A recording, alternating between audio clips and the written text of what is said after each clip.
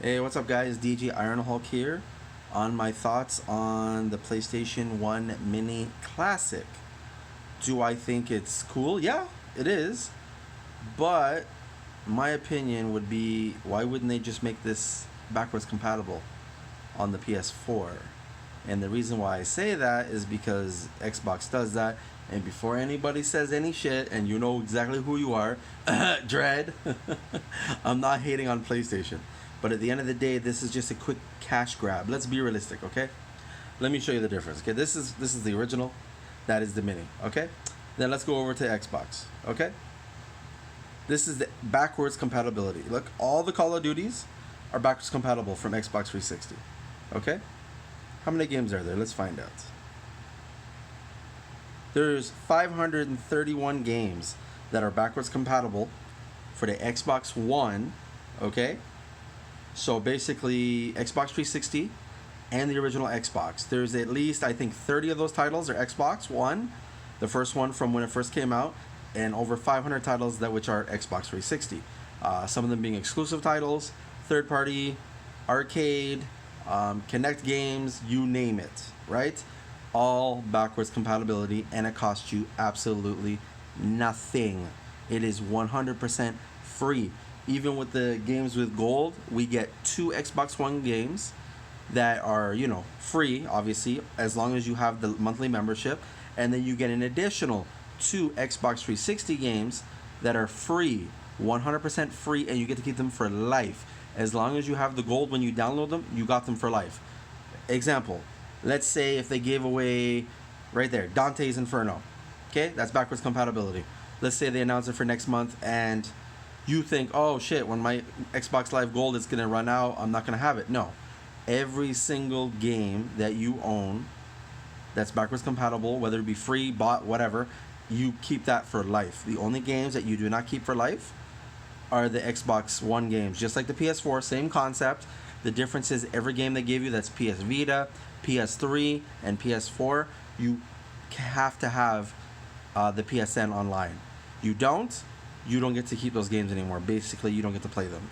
Basically, until you either update your account back to the monthly subscription or tough shit, tough kitty, you know what I mean? Like, you're shit out of luck, basically. You know what I'm saying? That is the good thing that Xbox is doing. That's something that PlayStation introduced back in PS2 days with backwards compatibility. You could play all your original PS1 games, and I love that. That's what I loved about the PS2. I started on the PS1 with the, what was it called? Final Fantasy VII. It's my favorite one. To this day, I still haven't beat it. I'm on the third disc, and I want to beat it, but I'm not going to buy a PlayStation Mini when they could just make it backwards compatible, or I could just go get a PS2 Mini. It makes no sense, or borrow someone's PS2. It makes no sense. You know what I mean? And like I said, I'm not trying to hate on PlayStation, but they're doing this for all the wrong reasons. When they came into this generation, they said they were there for the gamers. Okay, so far they've been delivering. The service has gotten a little bit better. The free games have gotten better. Like, this past year is the best year we've gotten the best games. Like, I'm not even lying. They've been kicking Microsoft's ass in exclusives. Obviously, not that they haven't had any. It's just people don't give a shit about them. You know what I mean? And they haven't had as many. Like, God of War came out, Spider-Man, boom, like 2 big hits. You know what I'm saying? What did Xbox have that were big hits? State of Decay 2, which was okay, and it did very well. And State of Decay, Sea of Thieves, my bad. And that's basically it. Crackdown 3 was supposed to come out this year, and it didn't. They pushed that back till next year, and I guarantee you they did that because of all the games coming out. So it makes sense. But personally, I think they should have just waited till spring, because there's a lot of games coming out in the middle of at the very beginning of the year. But anyways, back on the subject of the PS1 Classic Mini, it's a cash grab. That's all it is. They saw how successful Nintendo was, and Nintendo isn't really known for doing backwards compatibility. That's why they do the minis, plus Nintendo was the first one out. You know what I'm saying? PlayStation or Xbox, they're always copying one or the other or somebody else. PlayStation's basically copying Nintendo to see if they can get lucky and do it. I'm not saying don't buy it. I'm just saying there's other options. You could still have a PS1 and play the games. You could still have a PS2 and still play the games, backwards compatibility. PS3, unless you had the very beginning base consoles before they changed them and got rid of the backwards compatibility in the consoles, that's your only way into it. PS4, there's no backwards compatibility whatsoever. All they have is their rental service. That's it. So you pay like $120 a year, and yeah, you finally get to download the games, which is cool. Don't get me wrong. That's cool. They finally do that because Xbox has only been doing that since last year with their rental service. And PlayStation has, I think, 400 more games, but you got to remember they're doing PS2, PS3, and PS4. Xbox is only doing Xbox One, some 360 games, and I think some of the original OG Xbox games, right? So yeah, I'm not saying it's. I personally think it's a little too overpriced. You do get 7 days free to see if you like it, but at the end of the day, if you already have both consoles like I do, most of these games that are on all consoles, I already have. That's backwards compatible on the Xbox. And everything I own on the Xbox One, 360, or even the original one, which I have one game, it's called Black. It's a first-person shooter. It carries to the next console. So Microsoft is trying to do what Sony copied from PlayStation 2 days and PlayStation 3 days, but then they got rid of it halfway through PlayStation 3 days, which they shouldn't have, because, come on, if you're a Sony fan, you want to play their old games. Regardless of trophies or not, you want to play their old games. There's lots of classics you want to play, like Jak and Daxter, Spyro, the original Crash Bandicoot, not the remastered stuff, the original stuff. You know what I mean? Like, there's lots of games back in the day that PlayStation had, or the original Grand Theft Autos, and, you know, sports games, everything. Like, I could go through the list, but you can see them on the screen, so there's no point in talking about more. I just wish Sony went back to this, and I do apologize for the video being a little longer, but like, there's lots I always want to say, and it's hard to say it when you're streaming, so I might as well just do a video of it. It makes more sense. I'm not knocking Xbox or PlayStation or Nintendo on their own hustle. That is up to them. At the end of the day, I'm a gaming console guy. Okay? Xbox One X, PS4 right over there, big ass TV for everything. Like, you know what I'm saying? Like, there's nothing I can, like, I love them both. If I didn't like PlayStation, I wouldn't own a PlayStation. Do I want to get the Pro? Yeah, I want to get the Pro. But at the end of the day, I'm waiting for a good deal because it's more expensive here in Canada. You know what I'm saying? So hopefully Black Friday, it comes, and it's much cheaper for a good trade-in for the Slim, for the Pro, right? This way, you guys get better resolution when I stream, right? So, anyways, if you guys have any thoughts, discussions, or anything you guys want to say it, you know, in the video, in the comments. The comments are there. Please don't, you know, say I'm a PlayStation hater or an Xbox hater. No, I'm a console gamer, and at the end of the day, I expect to have backwards compatibility on all my consoles, especially from a company that started it. Do you see what I'm saying? I have people that always say that I'm a PlayStation hater. No, I'm not a PlayStation hater. I'm just telling you what it is, okay? If you have a problem with it, that's your problem, not mine. At the end of the day, I pay for the online service. I have the consoles. I have the TV. I have the games. I have lots of games for both consoles. The difference is, I would like my backwards compatibility to be free. I'm sorry. You know, you paid how much for this shit when it came out?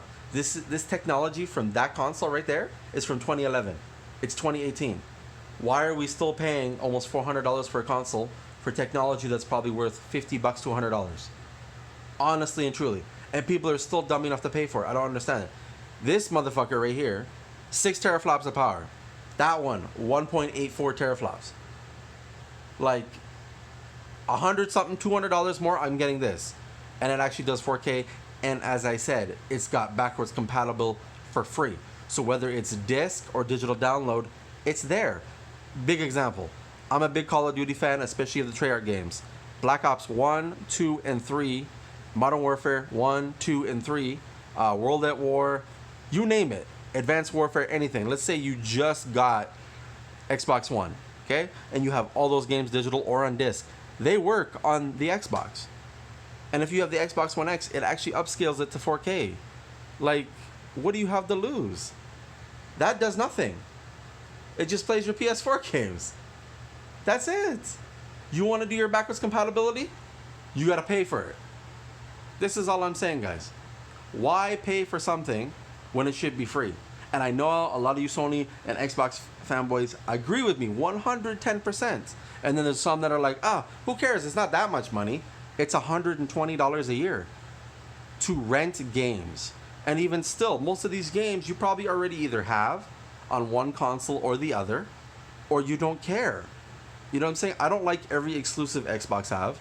I don't like every exclusive that my PS2 has, or sorry, PS4. I don't care.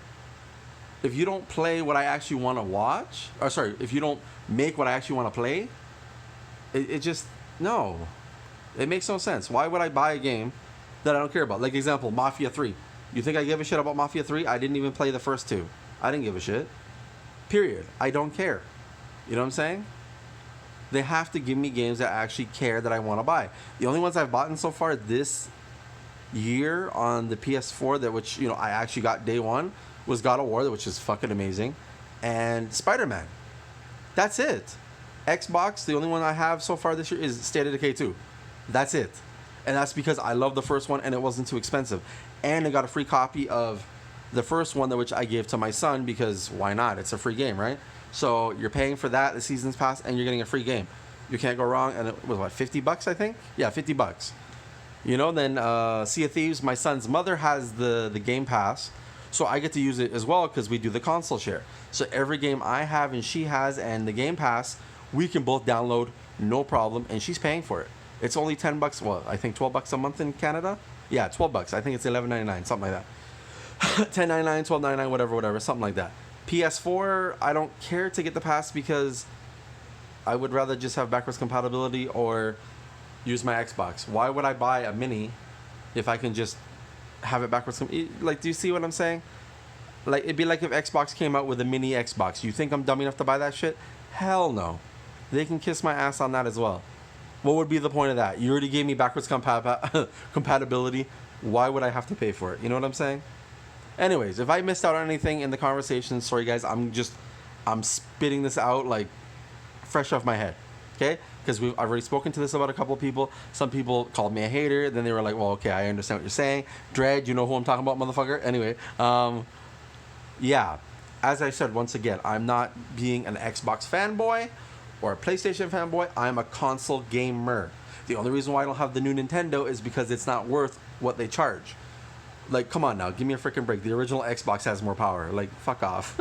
Excuse my language, but you guys see what I'm saying, right? So, anyways, guys, as I said, if you have any thoughts, please put it down in the comments. If you want, one day we can all do like a live stream of me just talking with you guys on the camera, and we can just talk about it. I'm down with it. We can talk about backwards compatibility, the new consoles coming out, everything. I'm not trying to act like I'm some tech genius. No.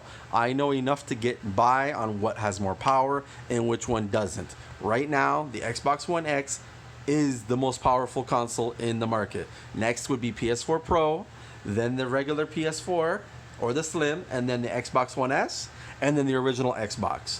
Okay? Don't get me wrong, there's not a big difference between the Xbox One and the Xbox One S, besides the Ultra 4K Blu-ray player that's in it, and there's 0.02 more teraflops.